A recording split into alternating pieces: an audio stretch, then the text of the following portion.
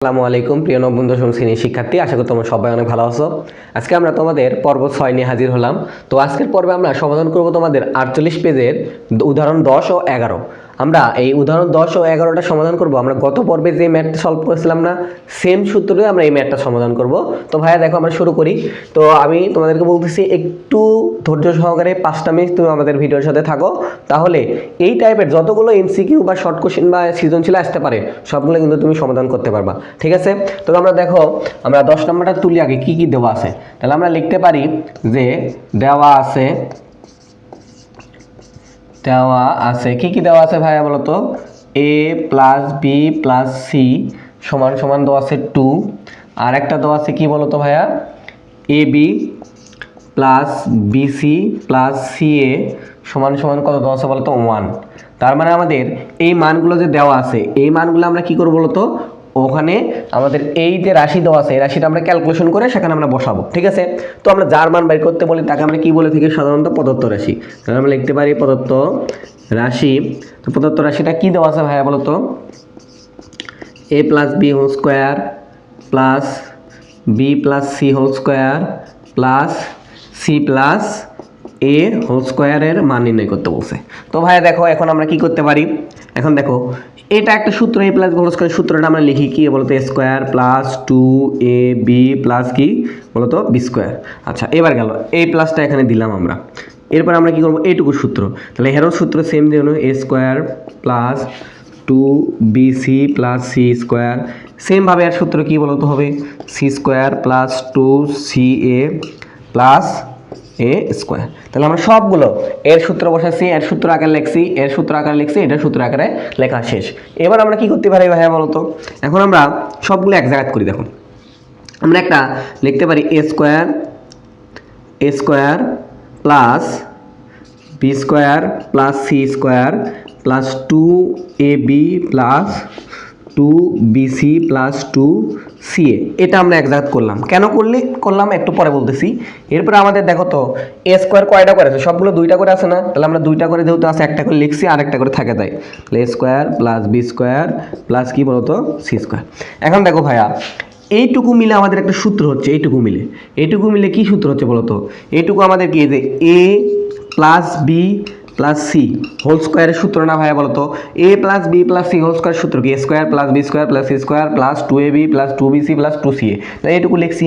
আচ্ছা, এবার আসো, তাহলে এইটুকু সূত্রটাকে আমাদের কি হবে ভাইয়া বলতো, এই A square plus B square plus C square এই সূত্র থেকে তো ট্রান্সফরমেশন করে আমাদের এই সূত্র করা লাগে না, সেটা আমি গত ক্লাসে শিখেছিলাম। তো এটার সময় আমরা লিখতে পারি যে plus A plus B plus C whole square minus 2ab plus BC plus C. এটা আমাদের লেখা যায়, বুঝতে পারছো? এটা কিভাবে লেখা যায় আমরা গত ক্লাসে আমরা পড়াছিলাম যে, আমরা দেখো ভাইয়া আবার বলি, আমাদের A plus B C square, A plus B plus C whole square সময় আমরা এটুকু লিখতে পারি, তাই এটার জায়গাতে এটা লিখছি। আর এইটুকু থেকে আমরা a square b square plus C square, এখান থেকে আমরা এই সূত্রটা লিখতে পারি, মানে ক্যালকুলেশন করে গত ক্লাসে আমরা কিন্তু দেখাইছিলাম। এবার আসো মান বসাই। তাহলে দেখো তো ভাইয়া, এর মান কত দেওয়া আছে, এ প্লাস বি প্লাস সি এর মান 2 দেওয়া আছে, তারপর স্কোয়ার দিলাম। এরপরে কি দেওয়া আছে বলো তো ভাবা, প্লাস দেওয়া আছে, আবার এর মানও কত দেওয়া আছে 2, এরপর স্কোয়ার দিলাম। এরপর কি আছে বলতো, মাইনাস এই যে 2 এর মান কত দেওয়া আছে বলতো 1 আছে। তাহলে আমাদের এখানে লিখতে পারি যে 2 × 1। তাহলে এইটুকু তো আমরা বুঝছি। এরপর আমরা দেখো এই লাইনটা এখানে, তার 2 এর উপর স্কোয়ার করলে কত হয় বলতো 4 প্লাস এর মান কত 4 মাইনাস কত বলতো 2 × 2। তাহলে এরপরের লাইন আমরা কি লিখতে পারি বলতো, এরপরে 4 4 8, 8 এর মধ্যে থেকে 2 বাদ দিলে 6। এটাই আমাদের অ্যান্সার। আশা করি বুঝতে পারছো, একদম ক্লিয়ার। দেখো আমি আবার একটু বুঝে দিই তোমাদেরকে, আমাদের ম্যাথটা খুবই সহজ এবং কনসেপচুয়াল একটা ম্যাথ। তো দেখো ভাইয়া, আমাদের সেম একটা সূত্র আমরা পড়ছিলাম, a plus B plus C whole স্কোয়ারের সূত্র কি আছে বলতো, a square b square plus C square plus 2ab plus 2bc plus 2ca। এই সূত্রের মাধ্যমে আমরা এই ম্যাথটা সমাধান করছি। গত পর্বে আমরা উদাহরণ 9টাও যেভাবে সমাধান করছিলাম, এটাও সেম নিয়মে আমরা সমাধান করলাম। জাস্ট আমাদের একটা মান দেওয়া আছে, সেই মানটাকে আমরা সূত্র আকারে ভাঙাছি। একে এ প্লাস বি হোল স্কোয়ারের সূত্র লিখছি, বি প্লাস সি হোল স্কোয়ারের সূত্র লিখছি, সি প্লাস এ হোল স্কোয়ারের সূত্র লিখছি। লেখার পরে এ স্কোয়ার আছে কয়টা করে ভাইয়া বলো তো, 2টা করে। তাই একটা করে নিছি, a square b square c square আর 2ab 2bc 2ca নিয়ে আমরা a plus B plus C whole স্কোয়ারের সূত্র আকারে লিখছি। এরপর এরপর আমাদের বাকি যে square b square c square থাকলো এটা আমরা সূত্র আকারে ফালাছি। আবার কি এর সূত্র আমরা লিখতে পারি a plus B plus C whole square minus 2ab bc c. এরপর আমরা মান বসে হিসাবটা করছি, অ্যান্সার কত বলা হচ্ছে 6। আশা করি বুঝতে পারছো। এই ম্যাথটা খুবই গুরুত্বপূর্ণ, আমাদের সৃজনশীল খ নম্বরত বা গ নম্বরত আসতে পারে এবং শর্ট কোশ্চেন আসতে পারে। ঠিক আছে, ক্লিয়ার। আচ্ছা এবার আসো তাহলে আমরা এরপরে স্লাইডে যাই।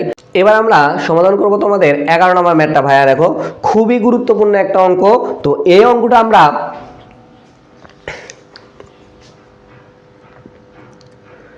এবার ভাইয়া সমাধান করবো আমরা 11 নম্বর ম্যাথটা। এটা খুবই গুরুত্বপূর্ণ অঙ্ক, এটা তোমাদের একদম সূত্র বেসিক একটা সূত্রের মাধ্যমে ম্যাথটা সমাধান করতে বলে।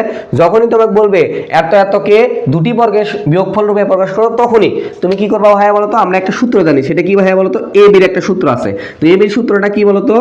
এ plus b divided 2 whole square, তারপরে কি বলো তো minus a minus b divided 2 whole square. তাহলে এইবার দেখো তো বাবা, এই তো এটা একটা বর্গ, এইটা একটা বর্গ, এই যে বিয়োগফল মানে মাইনাস আকারে, এটাকে আকারে আসে না? যখনই তোমাকে বলবে এত এবং এতকে দুটি বর্গের বিয়োগফল রূপে প্রকাশ করো, তখনই তুমি এই সূত্র আন্ডারে ফেলাবা, তাহলে তোমার উত্তর অ্যান্সার মিলে যাবে। বুঝতে পারছো? সবটা ম্যাথের ক্ষেত্রে একই নিয়মের ক্যালকুলেশন, ধাপে ধাপে ধাপে ধাপে তোমাকে করতে হবে এই টাইপের ম্যাথে। তো দেখো আমরা এই ম্যাথটা এখন সমাধান করব। তো ফার্স্টে আমাদের তাহলে আমাদের কি কি দেওয়া আছে আমরা একটু তুলে নিই। তাহলে 11 নম্বরে আমরা একটা ধরি, ফার্স্টে ধরে নেব যে ধরি কি কি ধরে নিতে পারি এখানে। দেখো ধরি আমরা লিখতে পারি 2x প্লাস 3y, এটা সমান আমরা ধরে নিলাম a। এরপরে কি আছে বলতো? 4x মাইনাস 5y, এটা সমান আমরা ধরে নিলাম কি বলতো? b। এখন আমরা লিখতে পারি অতএব প্রদত্ত রাশি কি কি আছে বলতো? প্রদত্ত রাশি আমাদের গুণ করতে হবে, যেহেতু গুণ অবস্থায় আছে তাহলে আমরা বলতে পারি প্রদত্ত রাশিটা কি বলতো? এবি আমাদের গুণ করতে হবে।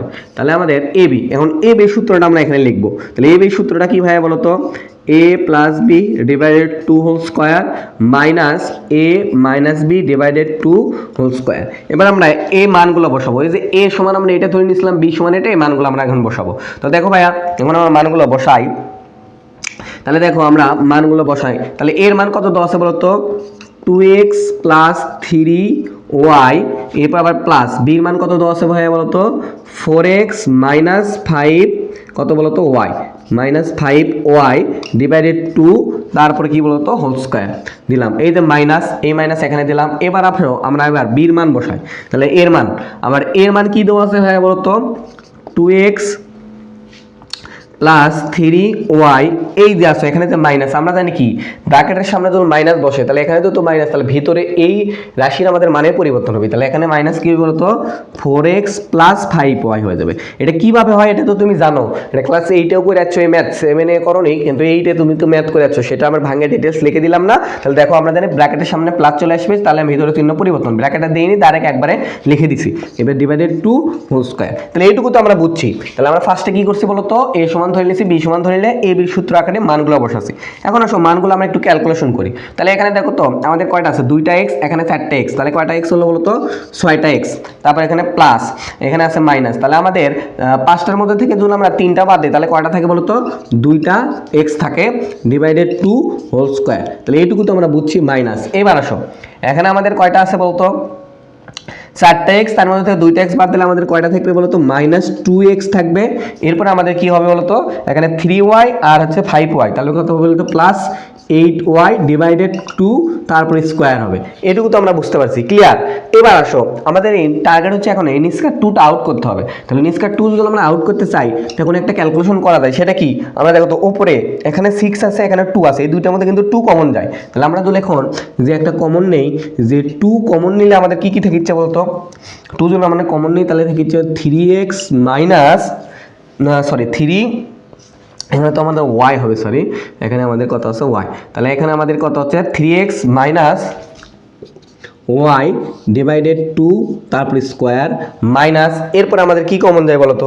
এটাতে কি কমন যায়? এটাতে কি কমন যায়? এখানেও 2 কমন যায়। তাহলে এখানে যদি আমরা মাইনাস 2 কমন নেই তাহলে আমাদের কি থাকিচ্ছে বলতো?